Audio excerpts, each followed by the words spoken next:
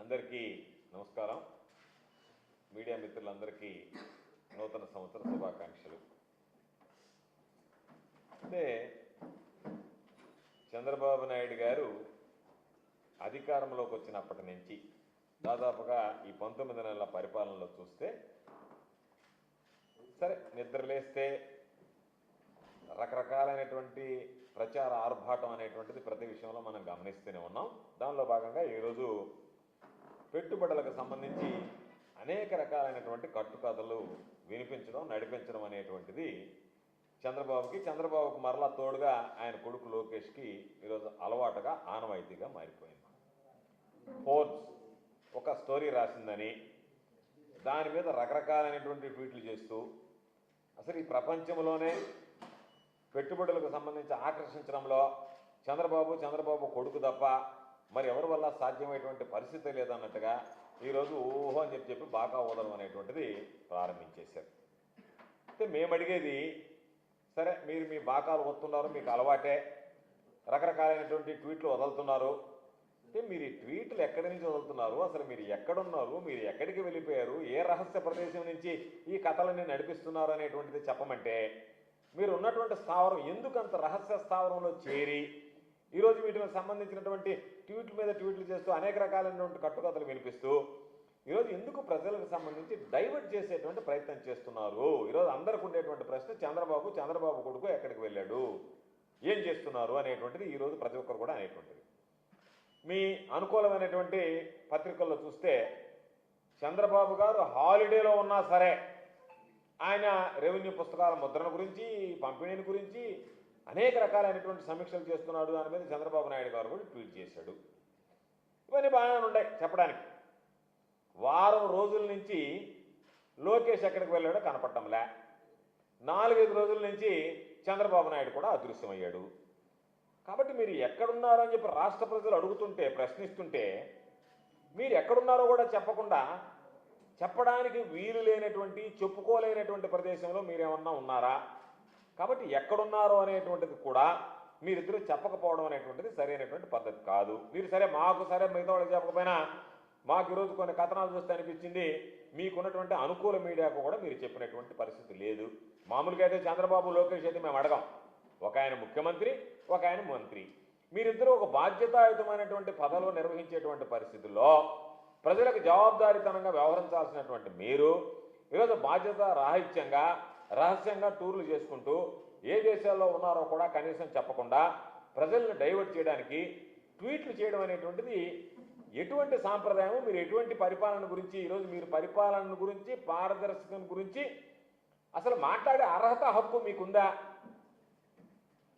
మీరు ఎక్కడున్నారో తెలియకుండా రహస్య ప్రదేశాలకు వెళ్ళి గతంలో మా నాయకుడు పాపను వాళ్ళ కుమార్తెను చూడడానికి వెళ్తే అబ్బా కొడుకులు చేసినటువంటి హంగామా అంతా ఇంత కాదు. చంద్రబాబు లోకేష్ రకరకాలైనటువంటివి, మీకు అనుకూలమైనటువంటి మీడియా అయితే రకరకాల కథనాలను వండి వాచ్ చేసింది. అయితే ఈరోజు మీరు ఎక్కడికి వెళ్ళారో చెప్పండియా అని అడిగితే దానికి సంబంధించి ఉలుకు పొలుకు లేకుండా గమ్మైపోయారు. మీ భోగవతాలు ఎట్టుంటాయంటే ఆత్మస్థుతి పరనిందతో బ్రతికేటువంటి వాళ్ళు మీరు. అందుకనే ఎదుటి వాళ్ళని విమర్శిస్తారు తప్ప ఆ ఎదుటి వాళ్ళని విమర్శించిన ఆ నోటితోనే మిమ్మల్ని మీరు ప్రశ్నించుకుంటే, మీ మనస్సాక్షిని మీరు అడిగితే మీరు చేసేటువంటి తప్ప ఒప్పు అనేటువంటిది మీకే అర్థమయ్యేటువంటి పరిస్థితి. ఈరోజు రాష్ట్రానికి విపరీతంగా పెట్టుబడులు వస్తున్నాయి అని చెప్పి ఒక ప్రచారం చేస్తున్నారు. రాష్ట్రానికి పెట్టుబడులు రావాలి అని వైఎస్ఆర్ కాంగ్రెస్ పార్టీ కోరుకుంటుంది. ఈ రాష్ట్రానికి పెట్టుబడి రావాలి, ఈ రాష్ట్రం అభివృద్ధి చెందాలి, రాష్ట్రంలో ఉండేటువంటి ఉద్యోగ ఉపాధి అవకాశాలు, నిరుద్యోగ యువతకి ఉద్యోగ ఉపాధి అవకాశాలు రావాలని చెప్పి కోరుకుంటారు. దాంట్లో ఏమీ సందేహం లేదు. అయితే మీరు చెప్పేటువంటి మాటలకి, జరిగేటువంటి తంతుకి ఏమాత్రం పొంతం లేకుండా పోవడమే ఇక్కడ ప్రధానంగా ప్రతి ఒక్కరిని కూడా బాధించేటువంటి విషయం. ఈరోజు ఫోర్బ్స్ పత్రిక ఏం రాసింది, దాని గురించి చాలామంది చదవలేరు. దాన్ని ఎవరు రాయించారో ఏందనేటువంటిది ప్రజలకు తెలియదు. ఆ స్టోరీని పట్టుకొని మీరు నా రకాలుగా ఏదో బ్రహ్మాండంగా ఉన్నట్టుగా ప్రచారం చేసుకుంటున్నారు. ఈరోజు వాస్తవంగా రాసింది ఏంది, రాష్ట్రాలకి పెట్టుబడుల కోసం వచ్చేటువంటి ప్రతిపాదనలలో ఆంధ్ర రాష్ట్రం ముందు ఉంది అని చెప్పి రాసింది. అంటే ప్రతిపాదనలు మాత్రమే, పెట్టుబడులు వచ్చేసాయని కాదు, ప్రాజెక్ట్స్ గ్రౌండ్ అయిపోయాయని కాదు, అవి ఉత్పత్తిని ప్రారంభిస్తున్నాయని కాదు. పెట్టుబడులు పెట్టడానికి రాష్ట్రంలో ఉన్నటువంటి దేశంలో ఉన్నటువంటి రాష్ట్రాల్లో ఆంధ్ర రాష్ట్రానికి ప్రతిపాదనలు ఎక్కువగా వస్తున్నాయని చెప్పి ఆ ప్రతిపాదనల ఆధారంగా చూపించినటువంటి లెక్కలను బట్టి ఈరోజు మీరు ఏదేదో మాట్లాడుతున్నారు. ఎందుకంటే ఇటువంటి లెక్కలు చెప్పడంలో చంద్రబాబు సిద్ధహస్తుడు. చంద్రబాబు నాయుడికి ప్రకటనలు చేయడం, గొప్ప గొప్ప ప్రతిపాదనల గురించి పదే పదే మాట్లాడడం, చివరికి అవి ఎంతవరకు రిలీజ్ అయ్యాయి, కార్యరూపం దాల్చాయంటే నమో నారాయణ, ఎక్కడ వాటి గురించి మాట్లాడేటువంటి పరిస్థితి లేదు. కాబట్టి ఏ ప్రభుత్వానికైనా ఎప్పుడైనా అవసరం ఏంటంటే ఎన్ని సదస్సులు పెట్టాం, ఎన్ని ఒప్పందాలు చేసుకున్నాం, ఎన్ని షోలు పెట్టాం, ఎంత మేర భూములు సంతర్పణ చేశాం, ఎన్ని ఎంఓయూలు చేసుకున్నాం, ఎన్ని వేల ఎకరాలు భూములు పంచిపెట్టాం, ఇవి కాదు. ఎన్ని ప్రాజెక్టులు గ్రౌండ్ అయ్యాయి, ఎంతమందికి ఉద్యోగాలు వచ్చింది, ఈ రాష్ట్ర ప్రయోజనాలను ఏ మేర కాపాడగలిగాం, ఇవి ప్రధానమైనటువంటి అంశాలు. దాని మీద ఏ రోజు చంద్రబాబు దృష్టి పెట్టాడు. చంద్రబాబు దృష్టి అంట ప్రతిపాదనలు, కాకి లెక్కలు, కట్టుకథలతో కాలయాపన చేస్తూ ఏదో వచ్చేస్తున్నాయనేటువంటి ఆర్భాటం చేస్తూ నటిస్తూ దానిని ప్రచారం చేస్తూ తన అనుకూల మీడియా ద్వారా ప్రచారం చేసుకోవడం తప్ప ఇదిగో వీటికి సంబంధించి ఇంత మేర వాస్తవం కనీసం మీరు చెప్పినటువంటి మాటల్లో 5% కూడా కార్యరూపం దాల్చినటువంటి పరిస్థితులు లేవు. అయినా సరే విచ్చలవిడిగా 2014-19 మధ్య చూసాం, మరలా ఈరోజు ఈ 19 నెలల్లో చూస్తున్నాం. మీరు ప్రచార హోరు తప్ప ఎక్కడా కూడా వాటికి సంబంధించి వాస్తవ రూపం దాల్చినటువంటి పరిస్థితి లేదు. కాబట్టి 2014-19 మధ్య చూసాం. మీరు ఎంత ఫార్స్గా చంద్రబాబు నాయుడు వీటికి సంబంధించినటువంటివి ఈ భాగస్వామ్య సదస్సులు అనేటువంటి నిర్వహిస్తాడో పెట్టుబడులకు సంబంధించి 2014-2019 మధ్య చూస్తే 1761 ఒప్పందాలు, 1761 ఒప్పందాలు, 18,87,000 కోట్ల రూపాయల పెట్టుబడులు. మీరు చెప్పింది 18.87 లక్షల కోట్ల పెట్టుబడులు. దానికి సంబంధించి మీరు చెప్పినటువంటి లెక్క దాదాపుగా 31 లక్షల మంది, అంటే 30,91,000 మందికి ఉపాధి కల్పిస్తాము అని చెప్పి ఆ రోజు చెప్పడం జరిగింది.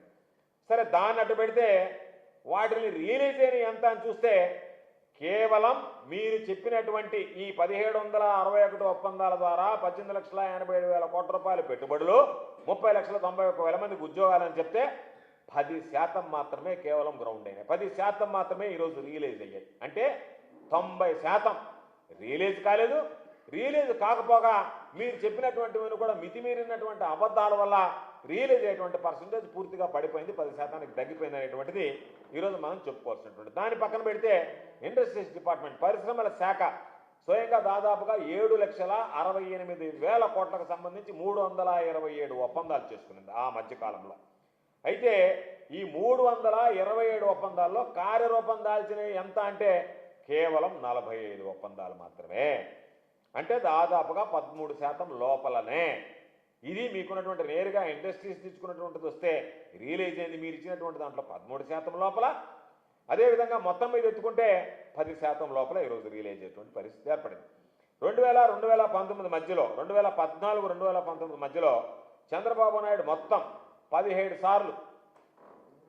సార్లు ఈరోజు వాటికి సంబంధించినటువంటి ఎస్ఐపిబి సమావేశాలు, investment promotion board, state investment promotion బోర్డుకు సంబంధించినటువంటి సమావేశాలు జరిగాయి. దాంట్లో 1,70,036 కోట్ల రూపాయలకు సంబంధించినటువంటి 91 మెగా ప్రాజెక్టులకు మీరు ఆమోదం తెలిపారు. అమల్లోకి వచ్చింది ఎంత? మీరు చెప్పినటువంటి 91 మెగా ప్రాజెక్టులు 1,70,036 కోట్ల రూపాయలకు సంబంధించి మీరు ఆమోదిస్తే మీకు సంబంధించి వచ్చినటువంటి రియలైజేషన్ చూస్తే 5.69% మాత్రమే. మిగతా ఎక్కడ కూడా దాదాపుగా 95% మీరు చెప్పినటువంటి వాటిలో మీరు ఆమోదించినటువంటి ప్రాజెక్టులు ఈ రోజుకి కార్యరూపం దాల్చినటువంటి పరిస్థితి లేదు. 2014-19 మధ్య 3 సార్లు సిఐఐ సదస్సు నిర్వహిస్తే చంద్రబాబు వాటికి సంబంధించినటువంటి అనేక రకాలైనటువంటి ప్రకటనలు చేసిన ప్రకటనల మాటలు చూస్తే కోటలు దాటాయి.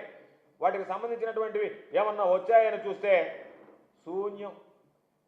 ఈరోజు మేము అడుగుతున్నాం, చంద్రబాబు చెప్పినటువంటి కొన్ని గుర్తు చేద్దాం. చంద్రబాబు నాయుడు చాలా చెప్పాడులే, చంద్రబాబు నాయుడు చెప్పి మాట్లాడాలనుకుంటే పాపం సమయం చాలదు మనకి.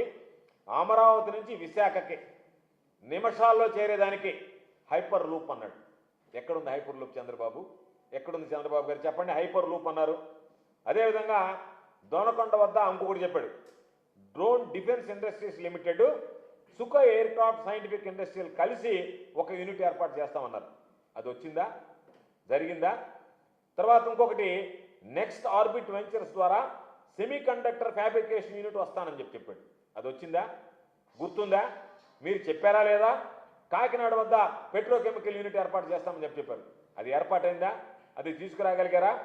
టైటాన్ ఏవియేషన్ విమానాల తయారీ అని చెప్పన్నారు. సరే, ఇంకా దానికి సంబంధించి స్విట్జర్లాండ్కి సంబంధించినటువంటి ఏరోస్పేస్ వెంచర్స్ 10,000 కోట్ల పెట్టుబడి అన్నారు, ఎయిర్ బస్ అన్నారు, మైక్రోసాఫ్ట్ అన్నారు, రకరకాలైనటువంటి మాటలు అనేది ఇప్పుడు బ్లాక్ చైన్ టెక్నాలజీకి విశాఖ కేరాఫ్ అని చెప్పి మాట్లాడారు. ఈరోజు వాటిని చూస్తే మొత్తం నేను కొన్నింటిని మాత్రమే ప్రస్తావించా. మొత్తం తీసుకుంటే చాలా పెద్ద తతంగం, చాలా పెద్ద మీరు చెప్పినటువంటి మాటలు కోటలు దాటే. కాకపోతే వైఎస్ఆర్సీపీ హయాంలో కూడా ఏం జరిగింది అనేటువంటిది కూడా ప్రజలకు తెలియజెప్పాల్సినటువంటి అవసరం ఉంది. 2023లో గ్లోబల్ ఇన్వెస్టర్ సమ్మిట్ జరిగింది. మొత్తం ఆ రోజు మేము 394 ఒప్పందాలు చేసుకున్నాం. 394కు సంబంధించినటువంటి ఒప్పందాల విలువ 13,15,000 కోట్ల రూపాయల పెట్టుబడులు వస్తాయని చెప్పి అంచనా. దానిలో 6,16,000 మందికి ఉద్యోగ అవకాశాలు వస్తాయి, ఉపాధి అవకాశాలు కల్పించగలమని చెప్తే మొదటి ఏడాదిలోనే ఇలాగ 5.69%, 10% కాదు, మొదటి సంవత్సరంలోనే 20% చెప్పినటువంటి ఎంఓయూల్లో కుదుర్చుకున్నటువంటి ఒప్పందాల్లో ఇస్తామన్నటువంటి పెట్టుబడుల్లో లెక్కేసినటువంటి పెట్టుబడుల్లో 20% మొదటి సంవత్సరమే కార్యరూపం దాల్చినటువంటి సంఘటన ఆ రోజు జగన్మోహన్ రెడ్డి గారు ముఖ్యమంత్రిగా వైఎస్ఆర్ కాంగ్రెస్ పార్టీ ప్రభుత్వంలో సాధ్యపడింది అనేటువంటి విషయాన్ని ఈ సందర్భంగా నీకు గుర్తు చేస్తున్నా. పరిశ్రమల శాఖ నేరుగా 99 ఒప్పందాలు చేసుకుంటే దాదాపుగా 91% స్ట్రైక్ రేట్ సాధించగలిగాం. జగన్మోహన్ రెడ్డి గారు తీసుకున్నటువంటి నిర్ణయాలు, తెచ్చినటువంటి పరిశ్రమల విషయంలో తీసుకున్నటువంటి సంస్కరణ, దాదాపుగా తెచ్చుకున్నటువంటి ఒప్పందాలు, ఆ రోజు చేసుకున్నటువంటి ఒప్పందాల్లో 91% ఆ రోజు స్ట్రైక్ రేట్ రాగలిగింది. కాబట్టి 91% స్ట్రైక్ రేట్ సాధించగలిగాము అంటే విధానాలు ఏ విధంగా ఉన్నాయనేటువంటిది ప్రత్యేకంగా చెప్పాల్సినటువంటి అవసరం లేదు. కాబట్టి ఈ ఒప్పందాలు జరిగినటువంటి 2 ఏళ్ల లోపనే దాదాపుగా 90కి పైగా యూనిట్ల నిర్మాణం, ఆ తర్వాత వాటికి సంబంధించి 39 కంపెనీలు వాణిజ్య కార్యకలాపాలు కూడా ప్రారంభించడం జరిగింది. పరిశ్రమల శాఖకు సంబంధించి మొత్తం పెట్టుబడుల్లో 91.6% అంటే దాదాపుగా 6,01,071 కోట్లకు సంబంధించినటువంటి పెట్టుబడులు ఏదైతే ఉన్నాయో, పెట్టుబడులకు సంబంధించినటువంటివి ఏదైతే ఉన్నాయో అవి వాస్తవ రూపం దాల్చాయని చెప్పి మేము చెప్పడం కాదు, చంద్రబాబే స్వయంగా చంద్రబాబు ప్రభుత్వమే దాని మీద ఒక ప్రకటన కూడా ఇవ్వడం జరిగింది. చంద్రబాబు హయాంలో 2014-2019 మధ్య ఏడాదికి వచ్చినటువంటి పెట్టుబడుల సగటును చూస్తే 12,000 కోట్ల రూపాయలు సగటున, 5 సంవత్సరాలకు సంబంధించి సగటున వచ్చింది 12,000 కోట్ల రూపాయలు. అదే జగన్మోహన్ రెడ్డి గారి హయాంలో 2 ఏళ్ల పాటు కోవిడ్ మహమ్మారి అన్ని రకాలైనటువంటి ఎక్కడ కూడా అభివృద్ధి అనేటువంటిది కనిపించకుండా గ్రోత్ పడిపోయేటువంటి పరిస్థితుల్లో కూడా వాటిని లెక్కేసుకున్నా మేము ప్రభుత్వంలో ఉన్నటువంటి 5 ఏళ్లలో సగటున వచ్చినటువంటివి 15,700 కోట్ల రూపాయలు. కాబట్టి ఇది పరిశ్రమల విషయంలో మా ప్రభుత్వం ఉన్నటువంటి స్ట్రైక్ రేట్, మా ప్రభుత్వం తీసుకున్నటువంటి నిర్ణయాలు, ఆ రోజు జగన్మోహన్ రెడ్డి గారు చూపించినటువంటి చొరవ. మీలాగే జగన్మోహన్ రెడ్డి గారు బాకాలోది ఊతర కొట్టి లక్షల కోట్ల పెట్టుబడులు అని చెప్పి తీరా చూస్తే ఆ పర్సంటేజ్ రియలైజేషన్కి వచ్చేటప్పటికి చేతులు ఎత్తేసేటువంటి పరిస్థితి కాదు. ఏదైతే వాస్తవ రూపం దాల్చుతాయో, ఎక్కడైతే వాస్తవిక అంచనాలు ఉంటాయో, వాస్తవిక అంచనాల ప్రకారం, ఆధారాల ప్రకారం వాటికి సంబంధించినటువంటి వాటి మీద నిర్ణయాలు తీసుకున్నాం. ఆ విధంగా పరిశ్రమలు తీసుకొచ్చాం, ఆ పరిశ్రమలు స్థాపించడం జరిగింది. ఈరోజు పెట్టుబడి సదస్సులు అంటే ఏంటి? ఫార్స్గా మారిపోయినాయి. అంటే పెట్టుబడి సదస్సు అంటే ఒక ఈవెంట్ మేనేజ్మెంట్ లాగా, ఒక ఈవెంట్ షో లాగా తయారు చేశాను.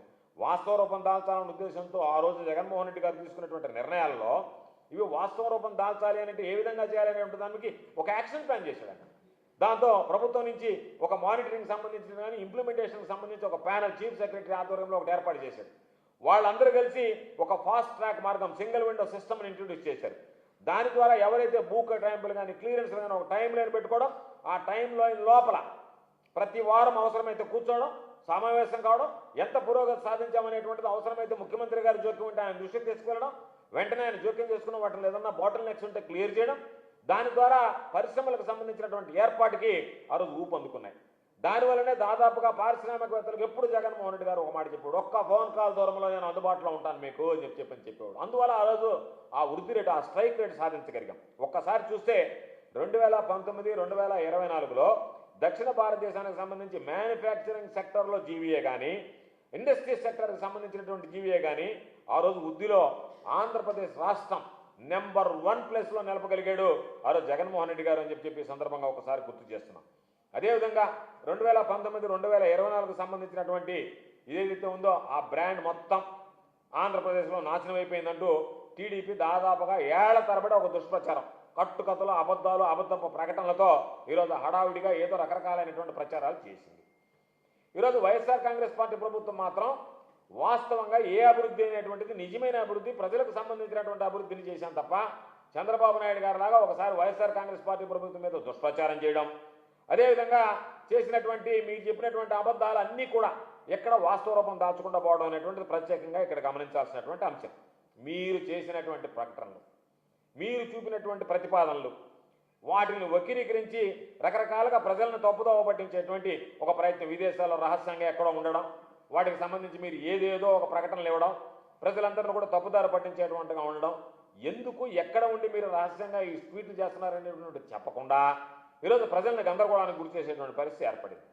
కాబట్టి పారిశ్రామిక రంగాన్ని గురించి మాట్లాడాలి అంటే చంద్రబాబు నాయుడికి ప్రచార ఆర్భాటం ఎక్కువ, పని తక్కువ. జగన్మోహన్ రెడ్డి గారికి ఈ రాష్ట్ర అవసరాల దృష్ట్యా, రాష్ట్ర అభివృద్ధి దృష్ట్యా, రాష్ట్ర ప్రజల సంక్షేమం దృష్ట్యా, ఇక్కడ ఉన్నటువంటి నిరుద్యోగ యువతకి ఉద్యోగ ఉపాధి అవకాశాలు కల్పించాలన్నటువంటి లక్ష్యంతో పనిచేశాడు. కాబట్టి అనుకున్నటువంటి ఫలితాలను ఆ రోజు గణనీయంగా సాధించగలిగింది వైఎస్ఆర్ కాంగ్రెస్ పార్టీ ప్రభుత్వం. మీరు వైఎస్ఆర్ కాంగ్రెస్ పార్టీ ప్రభుత్వం మీద ఎన్ని రకాల బురద చల్లడానికి ప్రయత్నం చేసినా మీరు చెప్పేది ఎవరు ప్రజలు నమ్మేటువంటి పరిస్థితుల్లో లేరు. ఈరోజు మీ పరిస్థితి చూస్తే ఎంత దారుణంగా ఉందంటే చెప్పేటువంటి మాటలకి జరిగేటువంటి వాస్తవాలకి ఎక్కడా కూడా పొంతం లేకుండా పోయిందనేటువంటి విషయాన్ని మీడియా ద్వారా ప్రజలందరికీ కూడా తెలియజేస్తున్నారు. మరొకటి, నేను ఇక్కడి నుంచి రెవెన్యూకి సంబంధించి రకరకాలైనటువంటి, సరే అమ్మవారి ప్రచార ఆర్భాటాలు రకరకాలుగా చేశారు, వాటికి సంబంధించినటువంటి ఒక్కసారి పరిష్కరించామని చెప్పి నిన్నంతా ఈరోజు చూసాం. ప్రతి దగ్గర ఎమ్మెల్యేలు మంత్రులు వెళ్ళడం, ఆర్భాటంగా పట్టదారు పాస్ పుస్తకాలు ఇవ్వడం, వాటికి సంబంధించినటువంటి విషయంలో కూడా ఈరోజు మీరు పెద్ద డబ్బా కొట్టుకుంటున్నారు. మేమేదో దానికి సంబంధించి రెవెన్యూలో అన్నీ సాధించేసామన్నట్టుగా.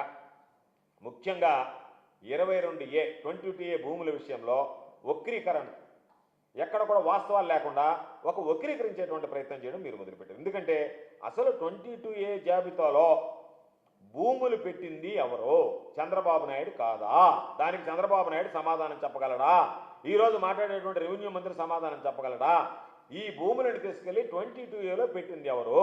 2014 2019 మధ్య వెబ్ల్యాండ్ తీసుకొచ్చి ఆ వెబ్ల్యాండ్ ద్వారా ఎవరైతే మీకు వ్యతిరేకంగా ఉండేటువంటి వాళ్ళు ఉన్నారో మీ స్థానికమైనటువంటి నాయకుల్ని ఎంఆర్ఓ కార్యాలయాల్లో కూర్చోబెట్టి మీకు వ్యతిరేకంగా ఉండేటువంటి వాళ్ళ పొలాలను తీసుకెళ్లి వాళ్ళని ఇబ్బందులు పెట్టాలా, వాళ్ళని హింసించాలా రైతులని అని చెప్పి వాటన్నిటిని తీసుకెళ్లి మీకు ఎవరైతే గిట్టరో వాళ్ళందరినీ తీసుకెళ్లి ఆ 22Aలో పెట్టినటువంటి ఘనత చంద్రబాబు ప్రభుత్వానికి కదా, ఆ సిస్టమ్ తీసుకొచ్చినటువంటిది చంద్రబాబు నాయుడు కాదా? కాబట్టి మీరు చేసినటువంటి తప్పులు, మీరు చేసినటువంటి పాపాలు రైతుల పాలిట శాపాలుగా మారితే వాటిని ఏ విధంగా చక్కబెట్టాలనేటువంటి ఆలోచనతో జగన్మోహన్ రెడ్డి గారు వైఎస్ఆర్ కాంగ్రెస్ పార్టీ ప్రభుత్వ హయాంలో తీసుకున్నటువంటి నిర్ణయాల వల్ల రైతులకు స్వాంతన లభించిందనేటువంటిది ఈరోజు యథార్థం, రైతులు కూడా నమ్ముతున్నటువంటి విషయం.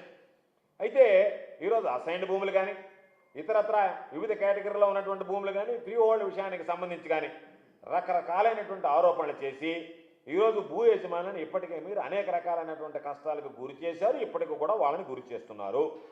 మీరు చేసినటువంటి ఆరోపణ, ఒక పక్క మీరు అక్రమాలు జరిగాయని చెప్పి ఆరోపణలు చేసినా ఎక్కడన్నా అక్రమాలు జరిగాయని మీరు తేల్చారా అంటే తేల్చలేకపోయారు. మీరు చేసినటువంటి ఆరోపణలకు మీ అధికారులే ఎక్కడ ఆధారాలు లేవు అని చెప్పేశారు. అంటే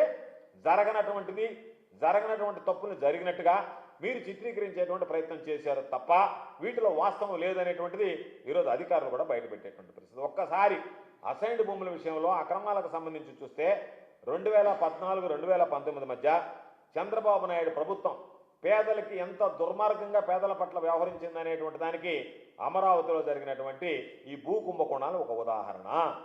మీరు పాపం పేదలకు సంబంధించినటువంటి భూములు ఏదైతే పాపం అసైన్డ్ భూములు ఉన్నాయో, ఎస్సీ ఎస్టీ బీసీలకు సంబంధించినటువంటి భూములుంటే వాళ్ళని బెదిరించి మీరు పాపం దాదాపుగా వాళ్ళ దగ్గర నుంచి 1100 ఎకరాలు కొట్టేసి ఆ అసైన్దారులో నుంచి మొత్తం ఆ భూములన్నీ మీ కబ్జా చేతుల్లోకి మీ కోరల్లోకి వాళ్ళు పాపం చిక్కున్న తర్వాత మీరు వాటిని కబ్జా చేసి వాటికి సంబంధించి ల్యాండ్ పూలింగ్లో ఆ భూములు ఇచ్చి వాటికి సంబంధించినటువంటి ప్లాట్లు వాటికి సంబంధించినటువంటివి రకరకాలను చేసి ఆ ప్లాట్ ద్వారా పాపం వేరే వాళ్ళకి అమ్ముకొని వేల కోట్ల రూపాయలు సంపాదించాడు. చంద్రబాబు నాయుడుకి అమరావతి అనేటువంటిది బంగారు బాతులాగా తయారైనటువంటి పరిస్థితి. కోట్ల రూపాయలు కొలగొట్టారు. దాదాపుగా 1336 మంది బినామీలను కనుక్కొని ఆ రోజు కేసులు నమోదు చేస్తే ఆ కేసులన్నింటినీ కూడా చంద్రబాబు నాయుడు ఎదుర్కొనేటువంటి ధైర్యం లేక వాస్తవాలు కాబట్టి వాటిని ఎత్తివేయించుకునే దానికి అధికార దుర్వినియోగానికి పాల్పడ్డాడు. ఆ విధంగా అమరావతి రైతులకు సంబంధించి పేద రైతులు ఎస్సీ ఎస్టీ బీసీ రైతులు కడుపు కొట్టినటువంటి చరిత్ర ఆనాటి 2014, 2019 మధ్య జరిగినటువంటి తెలుగుదేశం పార్టీది, చంద్రబాబు నాయుడు ముఖ్యమంత్రిగా అనేటువంటి విషయాన్ని. అసైన్డ్ భూముల సమస్య అనేటువంటిది ఈరోజు వచ్చింది కాదు, ఇది దశాబ్దాలుగా ఉన్నటువంటి సమస్య. కాబట్టి పాపం రైతులు ఇబ్బంది పడుతున్నారు.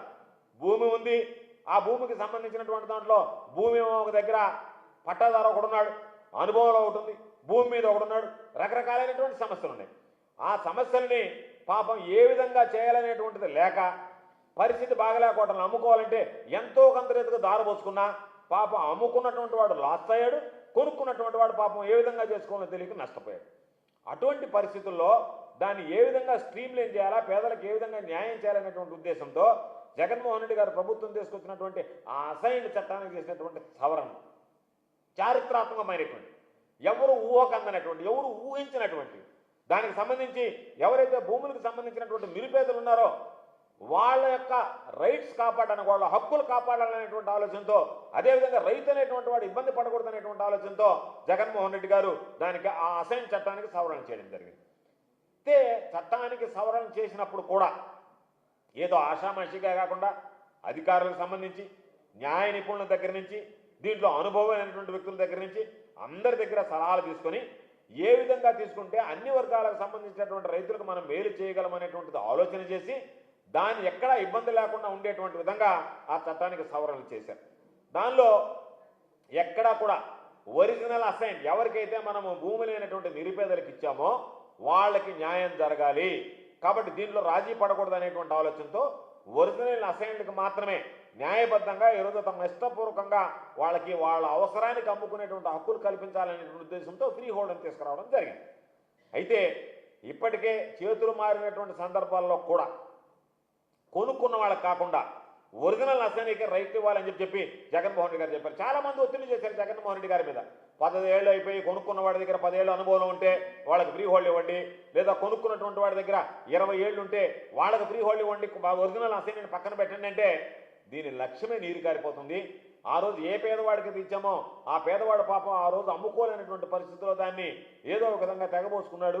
కాబట్టి ఈరోజు వాళ్ళకి లబ్ధి చేకూర్చాలనేటువంటి ఉద్దేశంతో జగన్మోహన్ రెడ్డి గారు ససేమిరా అన్నాడు తప్ప ఎవరు ఎన్ని రకాల ఒత్తిళ్లు తీసుకొచ్చినా ఆ రోజు నిలబడి దానికి సంబంధించి పేదవాడికి న్యాయం చేయాలనేటువంటి ఉద్దేశంతో ఒరిజినల్ సంబంధించినటువంటి వాడికి, కాబట్టి ఒరిజినల్గా ఎవరైతే ఉన్నారో ఒరిజినల్ అసైన్దారులకు తప్ప వేరే వాడికి ఎవరికి కూడా అవకాశం ఇచ్చేటువంటి ప్రసక్తి లేదని చెప్పి ఆ రోజు తేల్చి చెప్పాడు. దాదాపుగా ఈరోజు జగన్మోహన్ రెడ్డి గారు తీసుకున్నటువంటి నిర్ణయం 9 లక్షల ఎకరాలు ఈరోజు 22 ఏళ్ళు చుక్కల భూముల దగ్గర నుంచి అన్ని సమస్యలు 22 ఏళ్ళ నుంచి తొలగించడం జరిగింది.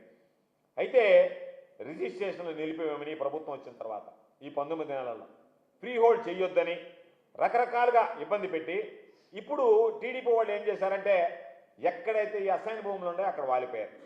వాలిపోయి ఏం చెప్పారు, మీకు సంబంధించినటువంటి భూములు పావలాకో అర్ధనాకో అనాకో మాకు ఇస్తే తప్ప మీ భూములు మీకు ఫ్రీ హోల్డ్ కావు, ఫ్రీ హోల్డ్ కానివా, మీరు అమ్ముకోవాలి అని అంటే మాకు అమ్మాలి, మేము ఇచ్చినటువంటి రేటుకు అమ్మాలి, కాబట్టి మేము ఇచ్చినటువంటి రేటు తీసుకొని మాకు అమ్మాలి, మేము చెప్పిన రేటుకి మేము కొనుక్కుంటాం, మీ ఇష్ట ప్రకారం మేము రేటు ఇవ్వమని చెప్పి అదే ధోరణిలో ఈరోజు పాపం మేము ఏదైతే పేదవాడికి అండగా నిలవాలని జగన్మోహన్ రెడ్డి గారు తీసుకొచ్చినటువంటి ఆ చట్టం మీద రకరకాలైనటువంటి దుష్ప్రచారాలు చేసి ఈరోజు దాని ద్వారా ఏ విధంగా లబ్ధి పొందాలని చెప్పి తెలుగుదేశం పార్టీకి సంబంధించినటువంటి నాయకులు ప్రయత్నాలు కుట్రలు పన్నుతున్నారంటే దీనికి సంబంధించి జిల్లాల వారీగా మంత్రులు ఎమ్మెల్యేలు ఎక్కడెక్కడ ఫ్రీ హోల్డ్ ఉండాలి లెక్క తీసుకోవడం, అప్పుడు దాకా దాన్ని ఫ్రీ హోల్డ్లో పెండింగ్లో పెట్టడం, మీ అన్ని పెండింగ్లో పడిపోయినాయి, మీరు మాకు అమ్మితే మేము చెప్పినటువంటి రేటుకి ఈరోజు మీ ఫ్రీ హోల్డ్ నుంచి తొలగిస్తాం, మీకేదో పావులోనో పరకో చేతిలో పెడతాం అనేటువంటిది దారుణమైనటువంటి పరిస్థితులు. అది అయిందాక ఈ ఫ్రీ హోల్డ్ పెండింగ్లో ఉంటుంది. అమరావతిలో చంద్రబాబు ఏదైతే వీళ్ళందరూ పాపం ఎస్సీ ఎస్టీ బీసీలంతా తెలుగుదేశం పార్టీకి సంబంధించినటువంటి వాళ్ళ భూములు కొట్టేసినంత వరకు ఎదురు చూసి ఆ తర్వాత ఏ విధంగా అయితే నోటిఫికేషన్ ఇచ్చాడో అదే తంతు ఇప్పుడు కూడా ప్రారంభించాడు. 2024 తర్వాత ఈ 19 నెలల కాలంలో చంద్రబాబు నాయుడు చేసినటువంటి ఘనకార్యం ఉందంటే పేద రైతులు పొట్టగొట్టి మీకు సంబంధించినటువంటి తెలుగుదేశం పార్టీ నాయకులు కడుపు నింపేటువంటి ప్రక్రియ. కాబట్టి చట్ట సవరణ ద్వారా లబ్ధి పొందినటువంటి పేదలను కూడా ఈరోజు బెదిరించేటువంటి పరిస్థితి ఏర్పడింది. కాబట్టి అందరూ గమనించాల్సింది ఈరోజు అసైన్డ్ భూములు కానీ, చుక్కల భూములు కానీ, షరత్కు సంబంధించినటువంటి పట్టాల భూములు కానీ వైఎస్ఆర్ కాంగ్రెస్ పార్టీ ప్రభుత్వం వచ్చిన తర్వాత ఆ రైతులందరికీ మేలు చేశాం. 27,40,000 ఎకరాలకు సంబంధించినటువంటి 15,20,000 మంది రైతులకి ఆ రోజు జగన్మోహన్ రెడ్డి గారు తీసుకున్నటువంటి నిర్ణయాల వల్ల మేలు జరిగింది.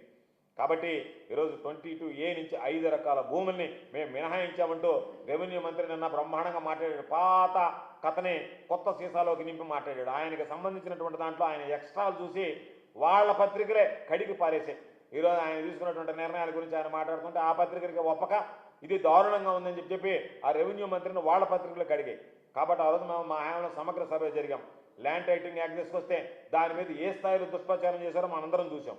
దాన్ని జగన్మోహన్ రెడ్డి గారు రకరకాలైనటువంటి దుష్ప్రచారం చేసి జగన్మోహన్ రెడ్డి గారి మీద ఎన్నికలకు ముందు రకరకాలైనటువంటి ఒక ఫేక్ డాక్యుమెంట్ సృష్టించి దానికి సంబంధించి షెడ్యూల్లు ఈ విధంగా ఉంటాయి, ఈ విధంగా ల్యాండ్ టైటిలింగ్ యాక్ట్ వల్ల ఇంత నష్టపోతారు రైతులని చెప్పి రైతుల పాపం లేనిపోయినటువంటి అపోహాలు అనుమానాలు కలిగించి ఎన్ని రకాల ఆనాటి ప్రభుత్వం మీద వ్యతిరేకత కూడగట్టేటువంటి ప్రయత్నం చేశారు. అంత ప్రయత్నాలు చేశారు. ఈ రోజు మీ దగ్గరకు వచ్చేటప్పటికి ఏమైంది, ఆ రోజు తీసుకున్నటువంటి ఆ సమగ్ర సర్వే ఏదైతే ఉందో దాన్నే ఇది మరి ఫాలో అయ్యేటువంటి పరిస్థితి ఏర్పడింది. కాబట్టి మీకు సిగ్గు ఎగ్గు ఏమీ లేకుండా మీకు ఈ టీడీపీ నాయకులు రాజకీయం కోసం ఎంతకైనా దిగజారిపోతారని చెప్పి ఈరోజు రైతులు కూడా ఆ రోజు మీరు చెప్పినటువంటి మాటలు విన్న రైతులు కూడా అయ్యో మనం మోసపోయామో, జగన్మోహన్ రెడ్డి గారు చేసిందే కరెక్టే, వీళ్ళు చేసేది మోసాలే, మరలా వీళ్ళు జగన్మోహన్ రెడ్డి గారు చేసినటువంటి దాంతో పాటు మళ్ళీ ఈరోజు అదే కదా వీళ్ళు కొనసాగిస్తున్నారని చెప్పి ఈరోజు రైతులు కూడా మిమ్మల్ని గురించి మాట్లాడుకునేటువంటి పరిస్థితి ఏర్పడింది. కాబట్టి పెట్టుబడుల విషయంలో కానీ, రెవెన్యూకి సంబంధించి కానీ, రైతుల విషయంలో రెవెన్యూ భూములకు సంబంధించి కానీ, రైతులకు సంబంధించినటువంటి సంక్షేమ విషయంలో కానీ జగన్మోహన్ రెడ్డి గారు దశాబ్దాలుగా పెండింగ్ ఉన్నటువంటి సమస్యల్ని పరిష్కరించేటువంటి విధంగా ఆయన చొరవ తీసుకొని ఆ విధంగా ముందుకు వెళితే ఈరోజు మీ విధానాలు ఏ విధంగా ఉన్నాయంటే ఆ విధానాలను తప్పుపట్టినట్టుగా నటిస్తూ ఆ విధానాలను కొనసాగిస్తూ ఆ విధానాల ద్వారా ఎంత మేర లబ్ధి పొందాలనేటువంటి ఆలోచన తప్ప చంద్రబాబుకి ఏ రోజు కూడా ఒక విధానపరమైనటువంటి నిర్ణయం తీసుకోవాలి, దాని ద్వారా ముందుకు పోవాలనేటువంటిది లేదు.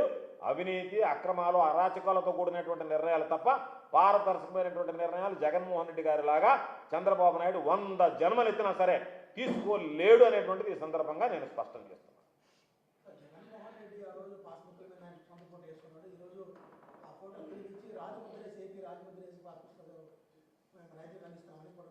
ఇప్పుడు చంద్రబాబు నాయుడు ఏదైనా మాట్లాడతాడు. చంద్రబాబు నాయుడు ఫోటో అడంగల్లో మనబీలో లేదా ఈరోజు? ఎందుకు ఉండాలా? ఏమి ఆయన ఫోటో ఎందుకు వేసుకోవాలి? దాని మీద చెప్పమనండి. పాస్బుక్ మీద చెప్పాడు. ఎందుకు చెప్పాడు? జగన్మోహన్ రెడ్డి గారు పాస్బుక్ మీద నువ్వు ల్యాండ్ టైటిలింగ్ యాక్ట్లో ఏమేమో చేసావు కాబట్టి దానికి సంబంధించి నువ్వు మాట్లాడావు. ఈరోజు దానికి సంబంధించిందంటూ నువ్వు అన్నీ చేసి పాస్బుక్ మార్చి సిగ్గు ఎగ్గు లేకుండా పాస్బుక్ మీద అట్ట మార్చి మాట్లాడుతున్నారు. మీరు మార్చింది అట్టే కదా, అంతకన్నా ఇంకేం మార్చలేదు కదా. అట్ట మారిస్తే మొత్తం యాక్ట్ మారిపోయినట్టనా? అట్ట మారిస్తే మొత్తం దాని మీద అంతా నువ్వు సంస్కరణలు తీసుకొచ్చినట్టనా? కనీసం ఎవడన్నా ముఖాన ఏదన్నా కడుగుతాడేమో మనల్ని అని చెప్పి ఆలోచన కూడా లేకుండా ఏదో ఒక విధంగా మాట్లాడడం తప్ప, నేను మరలా చెప్తున్నాను, జగన్మోహన్ రెడ్డి గారు తీసుకున్నటువంటి నిర్ణయాల వల్ల ఆంధ్ర రాష్ట్రంలో రైతులకు మేలు జరిగింది. దాన్ని చంద్రబాబు నాయుడు ఇంకొక విధంగా ఉపయోగించుకొని ఏ విధంగా వాళ్ళని దోచుకోవాలనేటువంటి ఆలోచన చేయడం తప్ప రైతులకు సంబంధించినటువంటి దాంట్లో ఆలోచన చేసేటువంటి విధానమే, రైతుల గురించి పట్టించుకోవాలనేటువంటి ఆలోచనే చంద్రబాబు కొడుకు ఏ రోజు కూడా ఉండదు అనేటువంటిది రైతులందరూ ఈరోజు మాట్లాడుకునేటువంటి పరిస్థితి.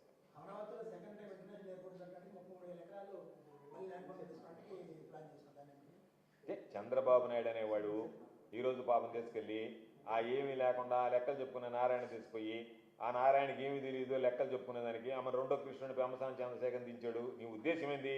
మొత్తం అక్కడ ఉన్నటువంటి భూములన్నీ కొట్టేయాలా, రియల్ ఎస్టేట్ వ్యాపారం చేయాలా, దానికి సంబంధించి ఎవరు పోవడానికి అడ్డకట్టాలి. మళ్ళీ సంకార్కు కూడా పోయించారు వాళ్ళు, ఏమో వచ్చినట్లే పాపం సింగపూర్ వాళ్ళు. దేశాలు తిరుగుతూ ఉంటారు, అబ్బా కొడుకు ఒక పక్క కొడుకు పక్క కూడా ఒకటి రాకపోతాడా? ల్యాండ్ ఎక్కువ చేతిలో ఉంటే కదా మనకు ఆదాయం బాగుంటుంది. బంగారు బాతలాగా నేను, నా కొడుకు, నా మనవడు, ఆ తర్వాత ముని మనవడు పుడితే ఆ ముని మనవడు వీళ్ళందరూ ఏగాలంటే అమరావతి మీదనే కదా మనం బ్రతకాల్సిందని చెప్పి ఆ బ్రతుకు తెరువు కోసం తప్ప అక్కడ ఉన్నటువంటి ప్రజలు ఈరోజు పొలోమంటున్నారు. ఉన్నటువంటి రేటు కూడా పడిపోయి రియల్ ఎస్టేట్ ధ్వంసం అయిపోయింది. ఇప్పుడు తీసుకున్నటువంటి దిక్కు లేకపోతే మరలా మీకు దేనికేం చెప్పి